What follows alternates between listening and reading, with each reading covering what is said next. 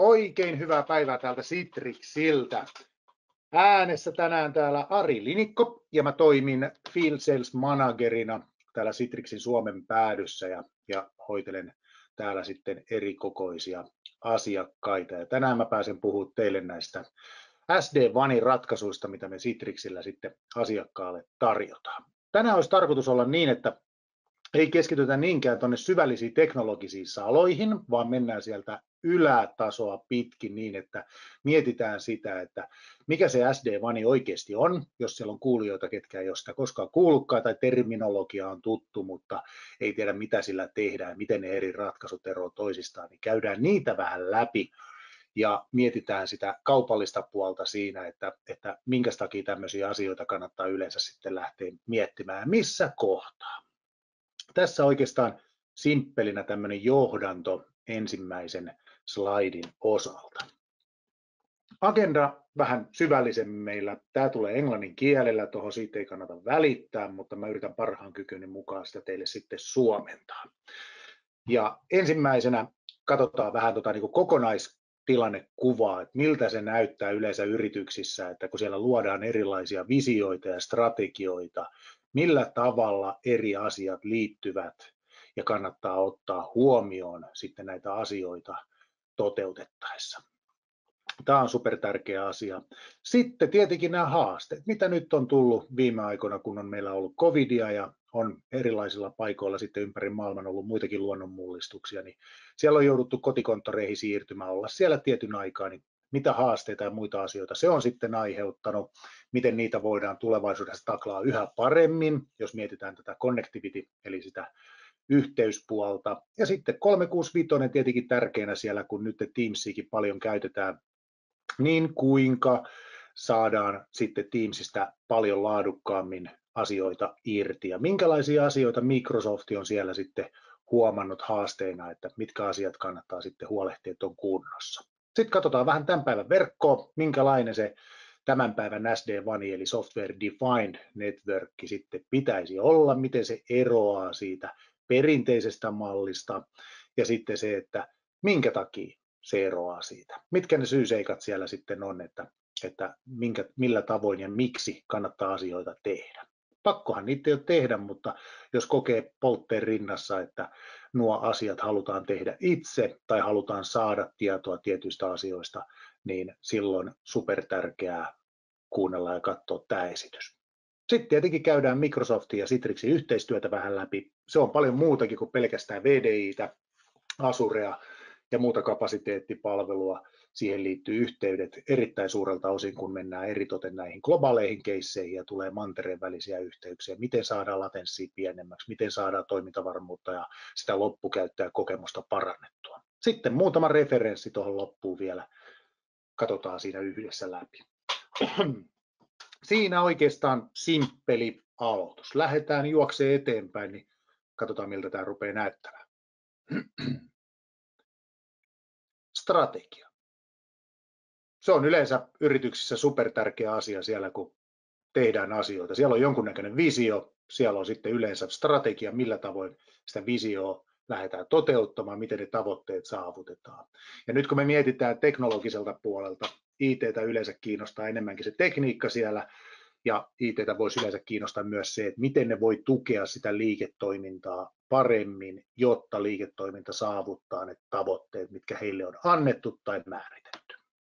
Ja sen takia puhutaan monta kertaa tämmöisistä pilvipoluista tai tämmöisistä on-premi-poluista, kehityspoluista. Me puhutaan modernisointipolusta, jossa kaikki alkaa sieltä visiosta ja strategiasta. Sen jälkeen siellä yleensä tulee se hallintomalli ihan perinteisesti, miten ympäristöä hallitaan, mutta sen jälkeen tulee tärkeänä sitten se, että kun siellä on sovelluksia käytössä, niitä on hirveästi. Siellä on erilaisia yhteyksiä käytössä niin kotimaassa kuin ympäri maailmaa.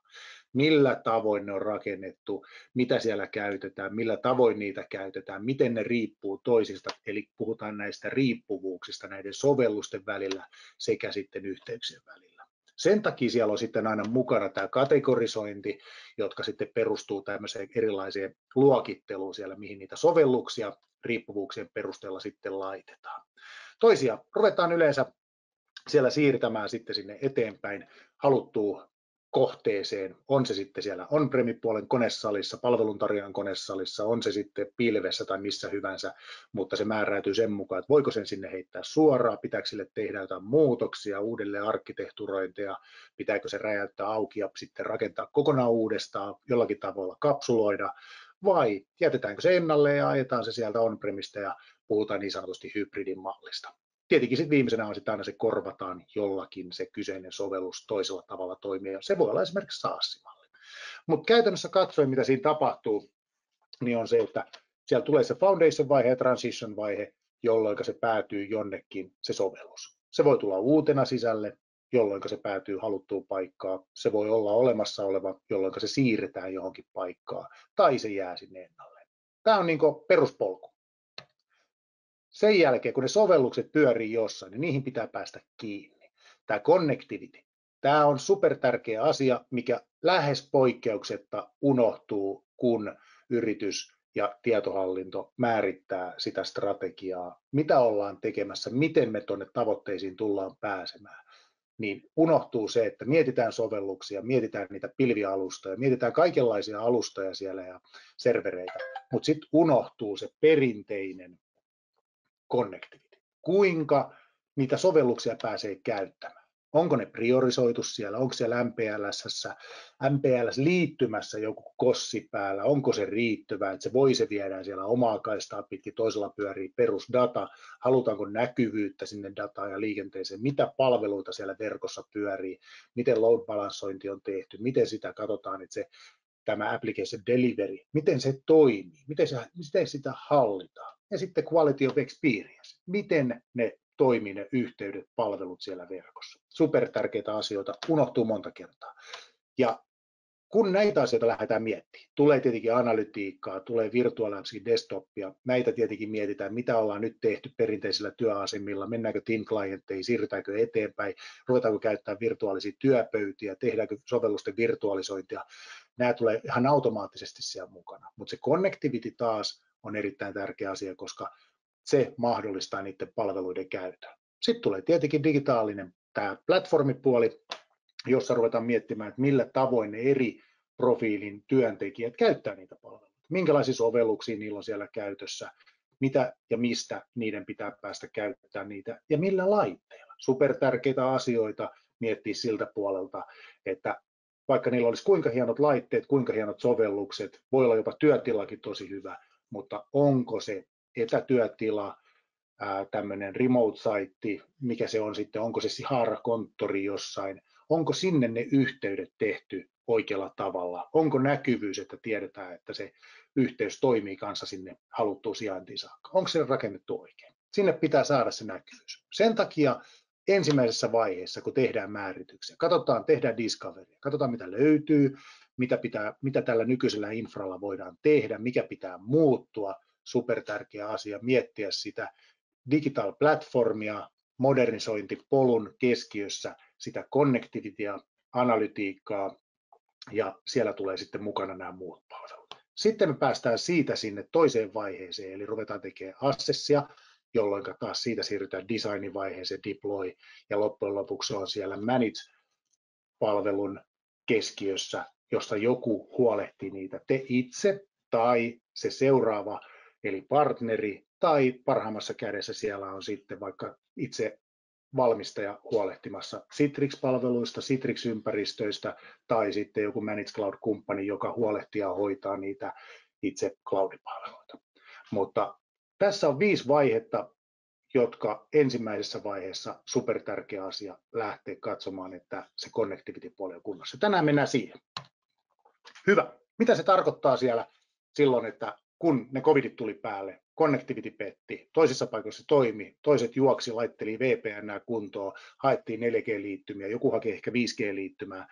Asioita oli paljon, mistä ei ollut hajukaan. Luultiin, että on etäyhteydet kunnossa, luultiin, että välineet löytyy siihen, mutta ei se ihan mennytkään sitten ihan nappiin. Ja se aiheutti toisilla vähän enemmän puuhaa ja toisilla vähän vähemmän, mutta kuitenkin lopputulemana on se, että se antoi tämmöisen merkittävän sykäyksen tälle niin sanotusti toiselle tavalle työskennellä. Ei pelkästään puhuta niin kuin etätyöstä, vaan puhutaan niin kuin yleensä ottaen siitä mahdollisuudesta, että voidaan tehdä töitä missä hyvänsä, millä laitteella hyvänsä, koska hyvänsä, kunhan ne yhteydet on kunnossa.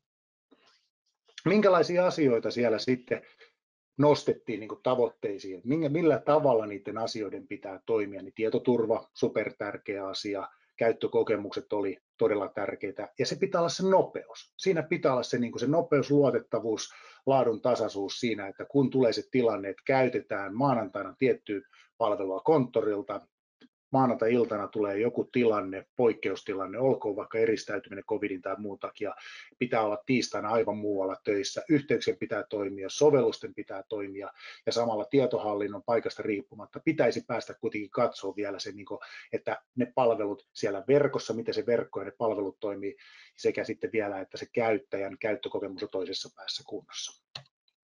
Sen takia päästään siinä siihen, että mikä on se perinteinen malli toimia. Tämä ei ole väärä, tämä on ehkä vähän vanhempi tapa toimia. Ja tämä ei liity SD-WANiin vielä oikeastaan millään tavalla, koska tämä on niin sanottu suora putki, jossa on paljon välivaiheita, kun halutaan käyttää tiettyjä palveluita. Eli otetaan sieltä etäyhteys VPN:llä, voidaan ottaa yhteys siellä toimistoverkosta suoraan sinne yhtiön datacenteriin, joka on siellä omissa tiloissa, jonkun partnerin tiloissa. Sieltä mennään internetillä yli sitten mahdollisesti jopa pilvipalveluihin tai SaaS-palveluihin. Se on tämmöinen kiva putki, mikä siihen on tullut vuosien saatossa. Palvelut ei ole aina toiminut sitten niin kuin pitäisi. Siitä oikeastaan sitten päästään hyvin siihen, että kun mietitään Office 365-kulmaa, niin mitä Microsoft itse on huomannut siinä, että kun he saavat paljon vikatikettejä erilaisista asioista, toisia asioihin he pystyy itse vaikuttaa siellä, mutta toiset liittyy sinne alkupäähän, eli sinne asiakkaan omaan ympäristöön. Ja siellä tulee tuo suorituskyky, availability, ja sitten tulee nämä niin kuin skaalautuvuudet ja kompleksisuus sillä asiakkaan ympäristön niin kuin konfiguraatiolla. Miten se on rakennettu missäkin kohtaa. Ja nämä kaikki palikat aiheuttaa sen, että se antaa sen huonon käyttökokemuksen ja tulee se loppukäyttäjälle tunne, että hei, näin ei toimi. Miten näitä voidaan parantaa? Niin yksi tietenkin iso asia, missä sitä lähdetään avaamaan, on se, että tartutaan siihen latenssiin ensimmäisenä vaikka kiinni. No mitä se latenssi tarkoittaa, mistä se muodostuu, niin tässä on tämmöinen kuva.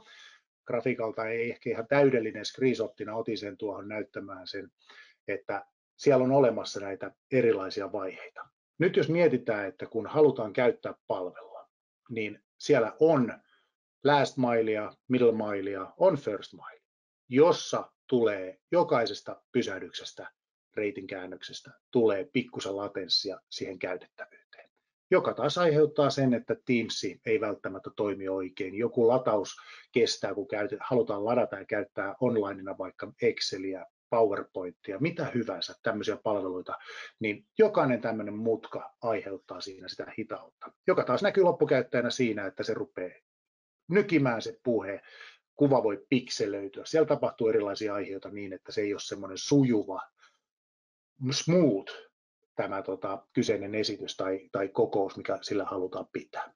Ja noista pitää päästä eroon. No sen takia sitten Microsoft esimerkiksi on laittanut tämmöiset nämä niin kuin prinsiippelit, eli perusperiaatteita sinne, mitkä asiat pitää olla kunnossa. Ja nyt me ruvetaan pääsemään siihen niin kuin asian ytimeen, että mitkä on ongelmia, mitkä pitää korjata, mitkä pitää huolehtia, että on kunnossa, ja sen jälkeen kun on kunnossa, niin miten ne katsotaan, että ne myös pysyy sitten kunnossa.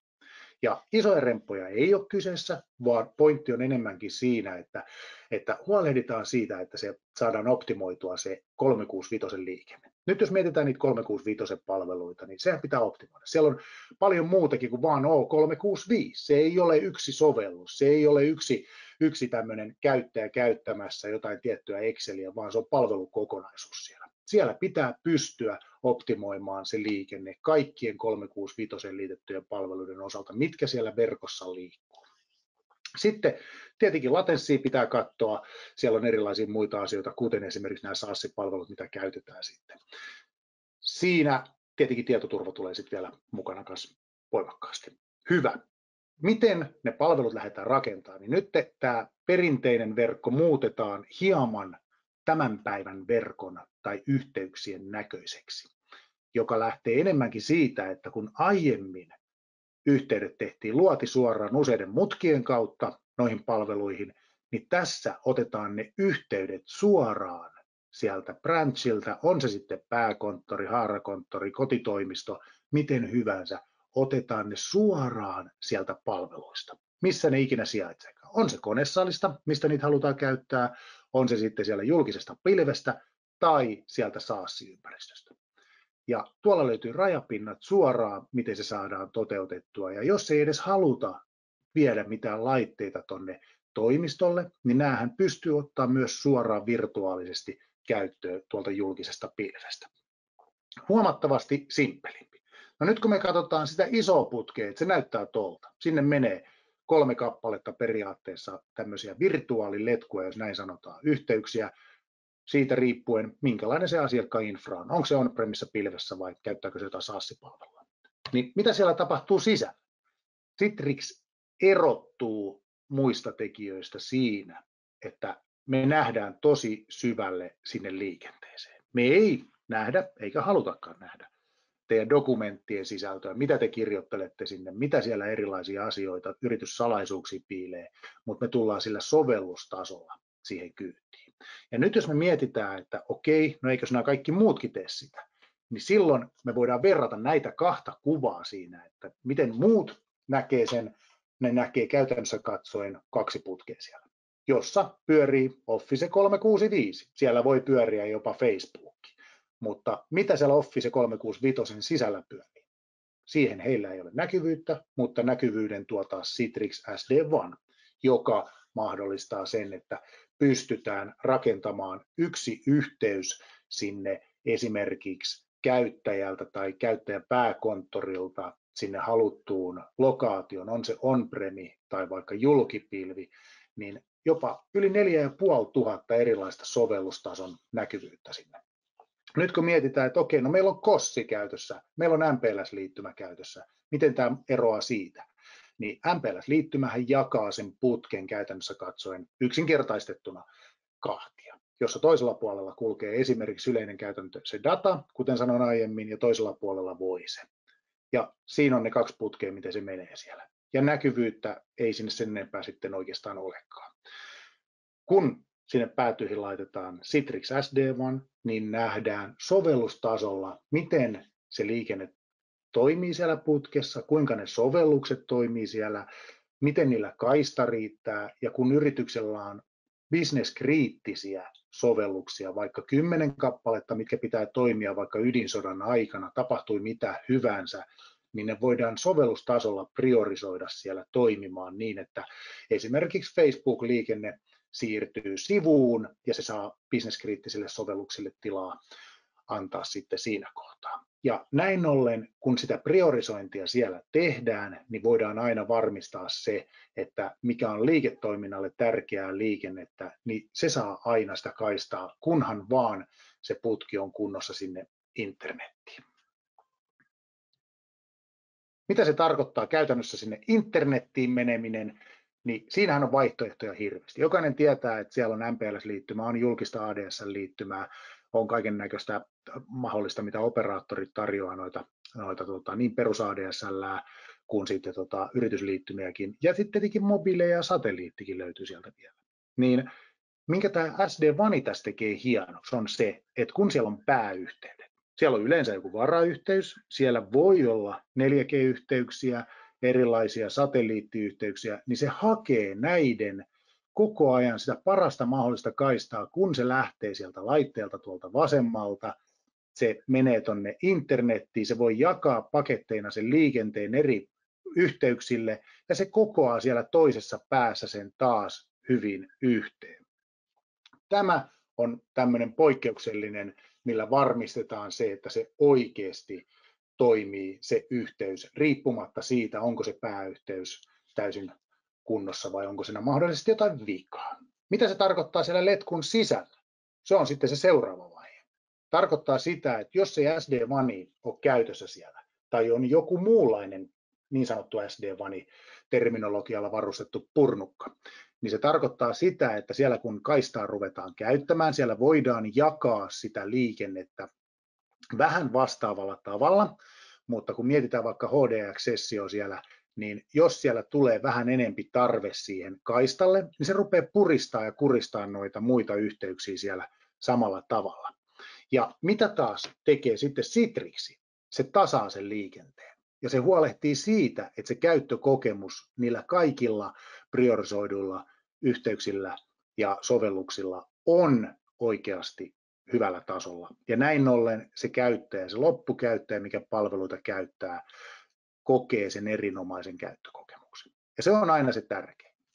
Niitä ei loppukäyttäjiä kuitenkaan kiinnosta loppujen lopuksi muu kuin se, että se palvelu toimii, ne pystyy käyttämään, ne ei tykkää, että nykii yhteydet tai softa kyykkäilee vähän väliä tai rupeaa kellottamaan. Tällä tavalla käyttämällä Citrixin SD-WANia saadaan varmistettua, että sillä on aina sitä kaistaa. Jos tulee mieleen kysymys, että no entä jos kaista vaan ei riitä, no sitten hankitaan lisää kaistaa sinne sillä tavalla, että vaihtoehtona on se, että tilataan toinen liittymä, toinen operaattori, voidaan nostaa kapasiteettia niillä olemassa olevilla putkilla, mutta jos sinne ei ole mahdollista sitä nostaa sitä kapasiteettia, niin sitten tosiaan niitä rinnakkaisyhteyksiä sinne.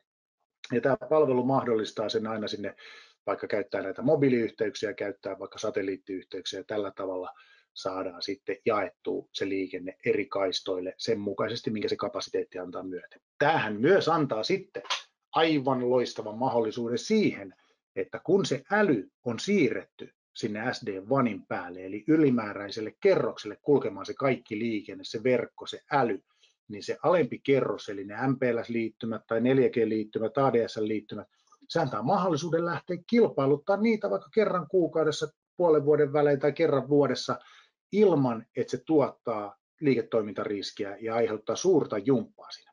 Se auttaa siinä niin kuin pitämään palvelut kilpailukykyisenä ja liittymät toiminnassa. Samalla se myös mittaa sitä, että kuinka se kyseinen yhteys on toiminut, jolloin kun palveluntarjoaja tuottaa SLA-raportteja ja kertoo, että olemme päässeet 100% toteumaan ja kaikki on hienosti, ei ole mitään vikaa ollut, te voitte verrata sitä saman tien omaan suoraan online-näkymään, jossa te näette, että pitääkö tämä asia paikkansa vai onko siellä ollut käppiä ja miltä osin ja missä yhteyksissä, missä saiteilla tämmöinen on ollut. Helpottaa huomattavasti, auttaa ymmärtää siihen, että miten yritys pystyy varmistamaan sen, että ne palvelut on oikeasti loppukäyttäjien käytettävissä. Yksinkertaisuutena vielä nostetaan tässä, kun ylätasolla pysytään, eikä sukelleta sinne konfiguraatioihin sen enempää, on tämä, että mikä on eri tavalla kuin aiemmin. Kossissa jaettiin data ja voice kahtia. Tässä tapauksessa otetaan yhteydet suoraan niihin palveluihin. Voidaan jakaa konesaliin menemään perusdatayhteyttä yhteen suuntaan, hyödyntää vaikka MPLS-liittymää, käyttää ADSL, mitä ikinä tuntuu parhaammalta siinä kohtaa ja kustannustehokkaalta. Toinen on se, että otetaan se suora yhteys sieltä saitilta sinne palveluihin. Ja näitä voidaan rakentaa useampia, on se sitten Microsoftin 365, siellä voi olla Oraclea käytössä, siellä voi olla Googlea, siellä voi olla useita eri konesaleja.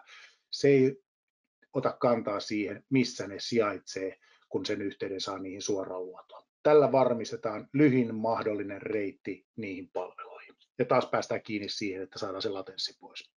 Hyvä. Sitten kun mietitään, mitä hienoa se nyt loppujen lopuksi sinne tuottaa. Käytät sitten workspacea, on siellä jonkunnäköisiä virtualisointia Citrixiltä käytössä tai jostain muualta tai virtuaalisia työpöytiä. Tämä tuo sen parhaan näkyvyyden niihin, tarjoaa sen parhaan HDX-laadun siihen ja tuo sen käyttökokemuksen siihen, joka mahdollistaa tietenkin myös sen, että ne Office 365-palvelut toimii kaikista parhaiten, koska se reititys on mahdollisimman lyhyt, laatu on kaikista paras ja ne on priorisoitu siellä riippumatta siitä, onko ne palvelut siellä pilvessä vai onko ne siellä on-premi-konesalissa, onko se oma vai partnerilla ja luonnollisesti myös ne SaaS-ratkaisut on siellä mukana. Super tärkeä asia miettiä, ei niinkään missä ne palvelut sijaitsee, vaan miten niihin otetaan yhteys. Puhuttiin äsken siitä, että kuinka tämä tehdään eri tavalla versus se nykyverkko. Mä otin tähän vielä kuvan, joka kertoo sen yksinkertaisuudessaan niitä palveluita, kun voi sijaita eri paikoissa, niin ei enää juosta sieltä datacenterin kautta, maksetun ison palvelupalomuurin kautta, vaan otetaan sieltä suorat yhteydet muurien läpi, SD-WAN-purkin läpi sinne palveluihin, missä ne sijaitsee. On ne sitten Office 365, on jonkunnäköinen cloudi- tai multicloud-ratkaisu, siellä voi olla SaaS-ratkaisuja. Suorat yhteydet suoraan niihin palveluihin. Toisissa paikoissa päästään riisumaan jopa MPLS-verkkoja. Toisissa paikoissa, esimerkiksi Suomessa, MPLS-verkot on sen verran edullisia. Tämä ei kisaa hinnalla juurikaan niissä, mutta tämä tuo sen laadun ja näkyvyyden sinne verkkoon, miten ne palvelut siellä kulkee, miten ne toimii.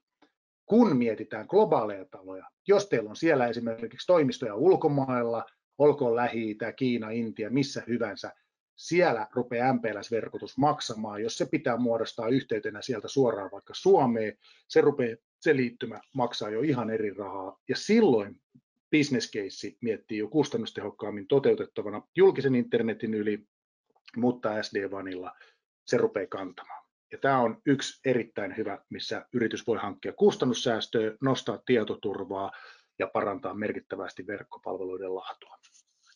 Mutta eritoten koskee sitten globaaleja keissejä. Suomessa on hinnat sillä tasolla, että niissä en lähtisi hirveästi tämmöistä business casea kustannusvaraa laskemaan silloin, kun korvataan.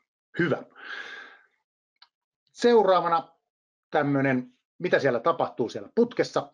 Puhuttiin aikaisemmin niistä mobiiliyhteyksistä, satelliiteista, perusinternetistä ja MPLS:stä, niin sieltä branchilta, kun mennään SD-WAN-purkilla läpi, se hakee sen parhaimman reitin, purkaa ne paketit siellä alkupäässä, kasaa ne siellä loppupäässä ja tuottaa sille parhaan käyttökokemuksen. Ja tuossa ylhäällä vielä kerrotaan siinä sitten vähän pikkusen teknisemmin, että mitä se varsinaisesti siinä tekee, niin se kasaa ne WAN-linkit yhdeksi virtuaaliseksi linkiksi ja samalla se mittaa sitä laatua jatkuvasti, että ne kaikki toimii näiden purkkien välillä. Ja mitä olen tuossa korostanutkin on se, että se priorisoi bisneskriittiset sovellukset. Tällä tavalla voidaan varmistaa, että ne oikeasti siellä toimii. Jos se ei toimi, niin päästään saman tien kiinni siihen, että miksi se ei toimi, missä se vika siellä piilee. Ja eritoten päästään näkemään siinä, että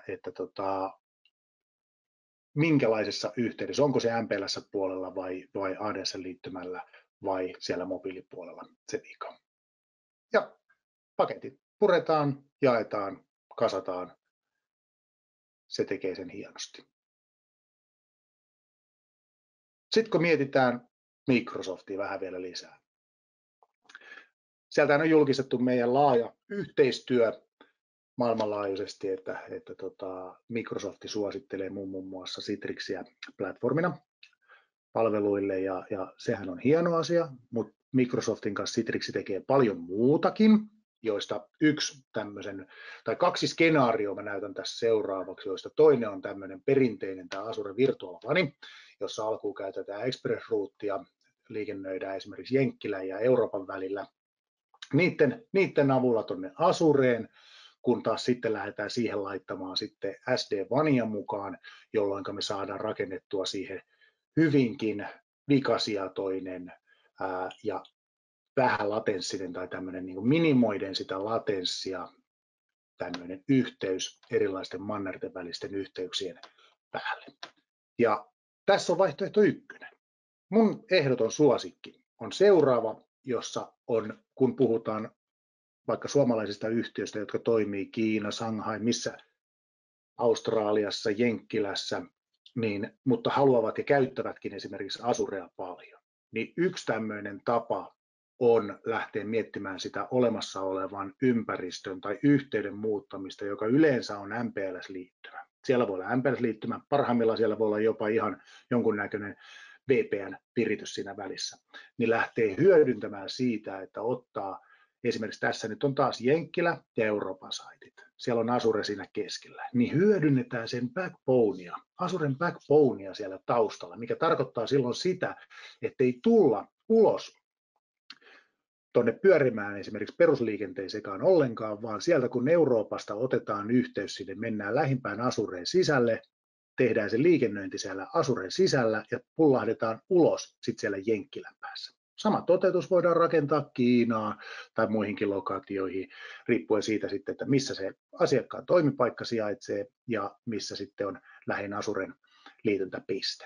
Niin tällä tavalla on latenssia saatu ihan merkittävästi pienemmäksi ja hyvinkin tehokkaita yhteyksiä rakennettua. Ja mikä tässä on kaikista paras, kun se toteutetaan SD-WANilla, se näkyvyys säilyy aina sieltä Euroopan, vaikka Helsingin tai Oulun saitilta sinne Kiinaan saakka, miten ne palvelut toimii.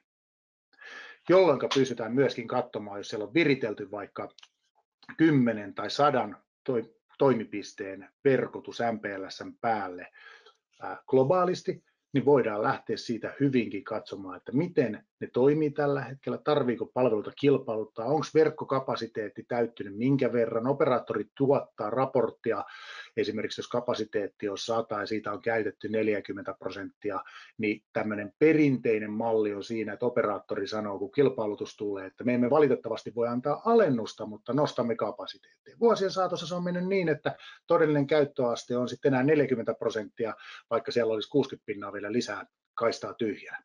No, siinähän on silloin mahdollista lähteä pienentämään niitä letkuja siinä, jolloin pystytään sitten mahdollisesti saamaan vähän kustannustehokkuutta ja käyttää se raha vaikka tietoturvaan tai johonkin muuhun, mikä on strategiassa kanssa yleensä aika tärkeäksi määritetty. Mutta välttämättä budjettia ei aina niin paljon siihen löydy kuin mikä tarve olisi.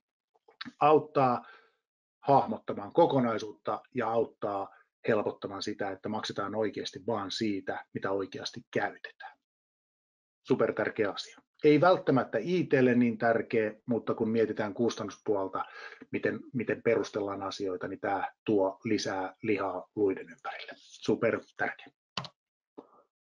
Sitten vähän toistona, mutta kuitenkin on tämä 365 esimerkiksi, niin minkä takia näissä palveluissa paljon käytetään SD-WAN-ratkaisua Citrixiltä on se, että saadaan uploadit kasvamaan 2-5-kertaiseksi, 3-10-kertaiseksi nämä downloadit, ja dokumentit, kun käytetään sitten, on sitten Wordia, PowerPointia, Exceli, mitä hyvänsä siellä halutaan pyöritellä vaikka onlineissa, niin ne dokumentit oikeasti aukeaa nopeammin. Jokainen tietää sen tilanteen, kun yrität avata jotain online-dokkaria, se jää se PowerPoint-kuvake siihen pyörimään siihen eteen, ruutu on oranssina ja odottelet siinä hetken aikaa, että se aukeaa ja ihmettelet, miksi tämä toimii. Ja sitten sä tykkäät ladata sen siihen omalle työkoneelle, jotta sä saat sen nopeammin taas sitten käynnistettyä, muutettua, tallennettua ja niin edelleen. Mutta monta kertaa se unohtuu siirtää takaisin sit sinne sijaintiin, missä se on sovittu korporaatiosäännöissä, että missä se pitää olla, jolloin siitä muodostuu tämmöinen tietoturvariski, että taas se kyseinen dokkari on nyt sen käyttäjän siellä omalla koneella.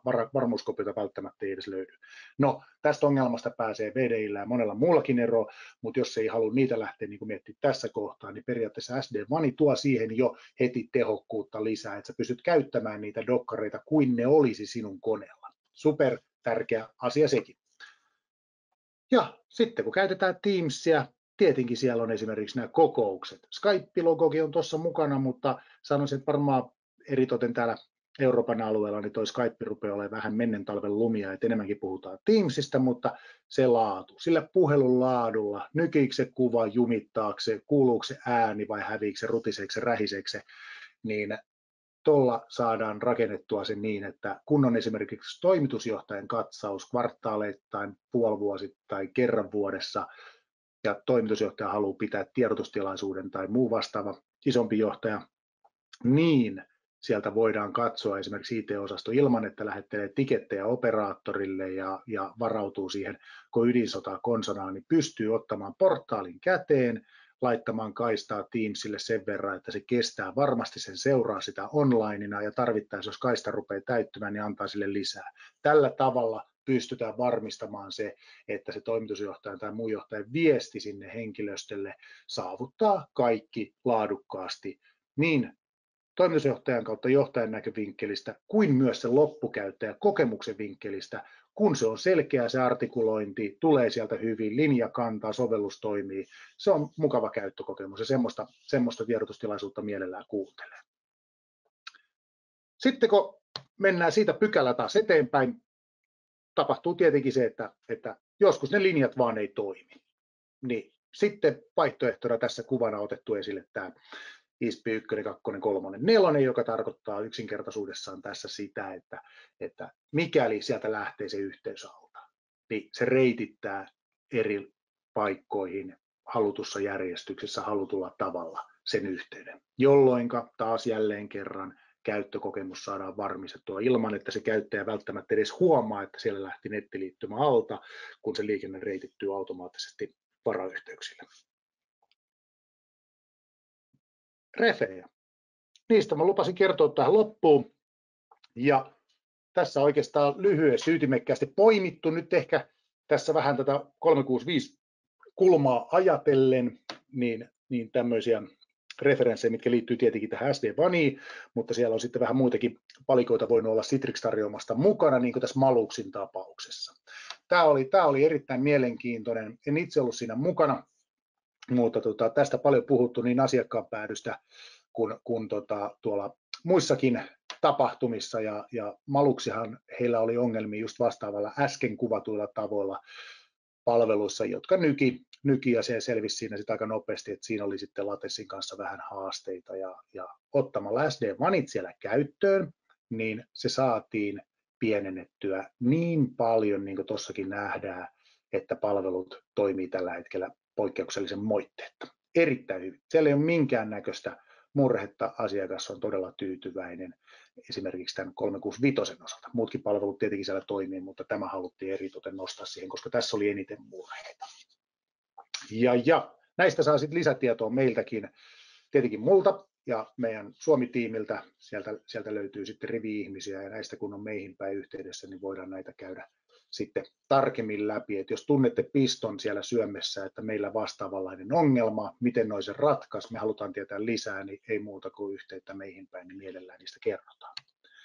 Tuossa on mun henkilökohtainen tämmöinen suosikki, oli tämmöinen tämä Tanskan yksi ministeriö, jossa sitten on paljon yhteyksiä maalla, mutta myös merellä. Niin miten niitä rakennettiin siellä, ja heillä oli vuosikausia ollut ongelma, ne testasi siellä kaikki mahdolliset palveluntarjoajat, millä ne saisi sen asian ratkaistua, ja loppujen lopuksi Citrixin SD-Vanilla homma saatiin kuntoon jakamalla sitä yhteyttä toimimaan erinomaisesti sitten kiinteiden yhteyksien, mobiiliyhteyksien kuin myös satelliittiyhteyksien päällä, jolloin he pystyvät olemaan aina yhteydessä reaaliaikaisesti omiin järjestelmiinsä riippumatta siitä, onko satamassa vai merellä.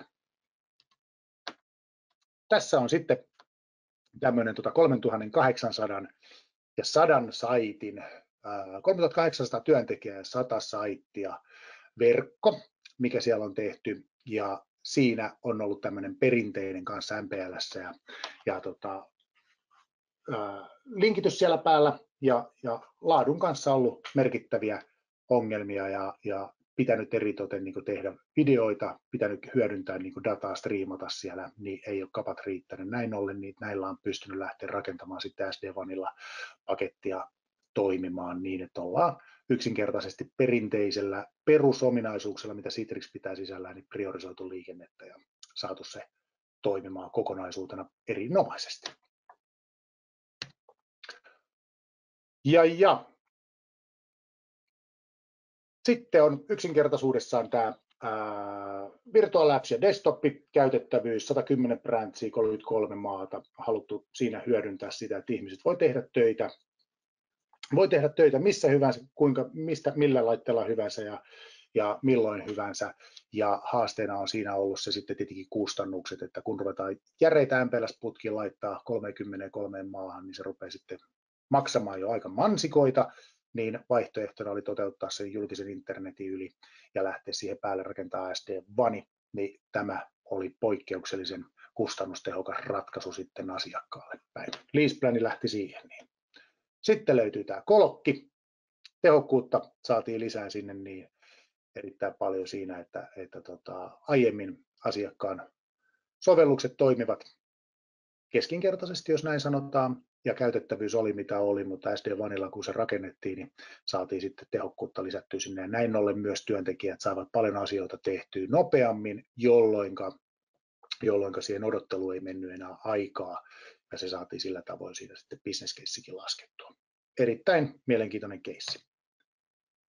Mutta nämä on sitten mun mielestä vieläkin mielenkiintoisempia, eli tässä on vähän tämmöisiä sisäisiä otettiin toimialatasolla, koska ei ole julkaisulupaa tämmöisille suorille nimille, mutta pankkipuolelta 49 erilaista case studya. Sieltä löytyy myöskin, millä tavoin on sitten SD-Vanilla rakennettu erilaisille pankeille ympäri maailman ratkaisuita. Healthcare löytyy pelkästään jo suoralta kädeltä 24, eli terveyspuolelle, ja sitten teollisuuteen löytyy paljon niin sisäisiä kuin ulkoisiakin referenssejä. Meidän nettisivulta löytyy case studyja, sieltä varmaan 40 ainakin julkista, ja sitten meidän kanssa voi jutella vielä näistä sisäisistä, että asiakkaan kanssa pääsee haastattelemaan. Sitten on retailia ja erilaista palveluliiketoimintaa ja julkishallinnon puolen case studyja sekä viimeisempänä, mutta ei vähäisimpänä, niin on tämä militaripuoli, jossa sitten on asiakkuuksia sitten tuolla eri puolilla maailmaa. Toteuttavat erilaisia asioita sitten Citrixin SD-Vanin avulla. Siinä oikeastaan tiivisteltynä tämmöinen nopea otanta, kuten lupasin, niin pysyttiin toivottavasti ylätasolla. Lisätietoja löytyy meidän sivuilta. Minä annan lisätietoa, meidän koko tiimi täällä päässä antaa mielellään lisää tietoa. Siinäpä kaikki tällä kertaa. Kiitos.